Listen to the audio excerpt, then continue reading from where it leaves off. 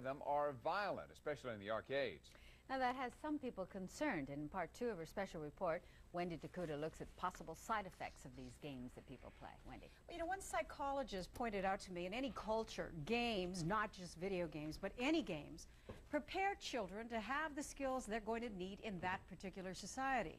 And when it comes to video games that are violent, it does make you think.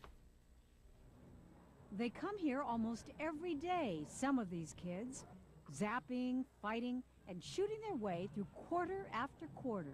The point is just to beat everybody up and win. He's talking about the hottest game in the arcade, Street Fighter. Yeah, pretty violent.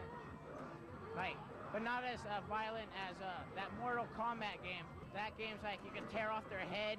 And in the eyes of some experts, tearing off their heads is not the best way for kids to spend their time. There is a good deal of experience that suggests the more children are involved with violence on the screen, that their own behavior may become more aggressive and more violent. It's a way of our society saying to them it's okay to shoot and destroy.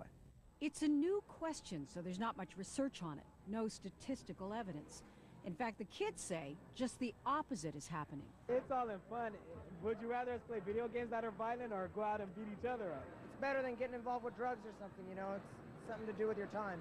Well, you see a lot of violence in all aspects of life, whether it's in a movie, a television show, the news.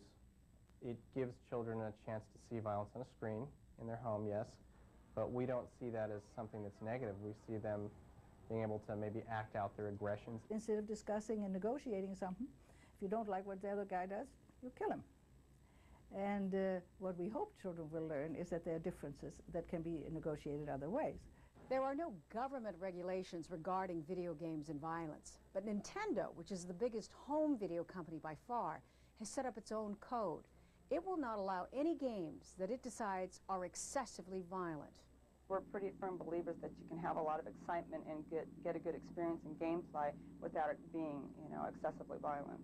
The whole question is enough of a concern that some people are talking about ratings. One idea that we've kicked around is a rating system for parents, much like they do in the movie industry, where we'd be able to rate sort of the content of a game. They have a lot worse things than what's on the video games in the movies. The movies are a lot worse than the video games are. And according to some experts, that is just the problem. There definitely should be a warning label on video games as well as on violent movies and violent television shows even, saying that what you're about to watch or what you're about to play can be hazardous to your mental and physical health. One local group is so concerned they're offering kids merit awards if they give up guns or war toys or violent video games. And if you're interested, you can call the Alliance for Survival. They're in Venice and they are listed. Tomorrow, are kids spending too much time playing these games? That has a lot of parents concerned, and we're going to talk to some experts. That's at 4. Video games these days. Research shows it's often time they used to spend just watching TV. And a lot of parents are wanting to know what those games are doing to their kids. Wendy Takuda joins us now with part 3 in her special report. Right. Well, what you are probably wondering is it turning their brains to mush? Now, we do know it's having a big effect. Just one example, research done by Nintendo shows that more kids can identify Mario now than Mickey Mouse. But back to the mush question. We talked to some experts to get the answer to that. I got more than you. Ouch. If you have kids and a video game machine, you know the look. They get so involved, they do not know what is going on around them. It's the kind of total concentration most parents would like to see them apply to their homework or reading the classics. But for this generation, this is where it happens. What I don't necessarily like is that sometimes they spend so many hours doing it, I want them to go on to something else. There's other things in life instead of Nintendo. It's very isolating, and it's different from some other experiences which are solitary, like reading, where you have to contribute a lot. I mean, your fantasy and all that. Here, it's all there for you. All you have to do is push buttons. So what are video games doing to this next generation of kids? Well, a researcher here at UCLA says that they are learning something very important from video games, and it's not just hand-eye coordination. In every society, the games show what that society needs to prepare its children for. And video games are the games in our society that prepare children to have the skills they'll need for dealing with this technological world. Specifically, Patricia Greenfield's research shows that video games teach very complex computer skills that will help the kids later on. Peggy Hildreth has seen the upside as well as a down. Her children both have an attention deficiency disorder. The games have helped them. Is a positive in that they're learning concentration.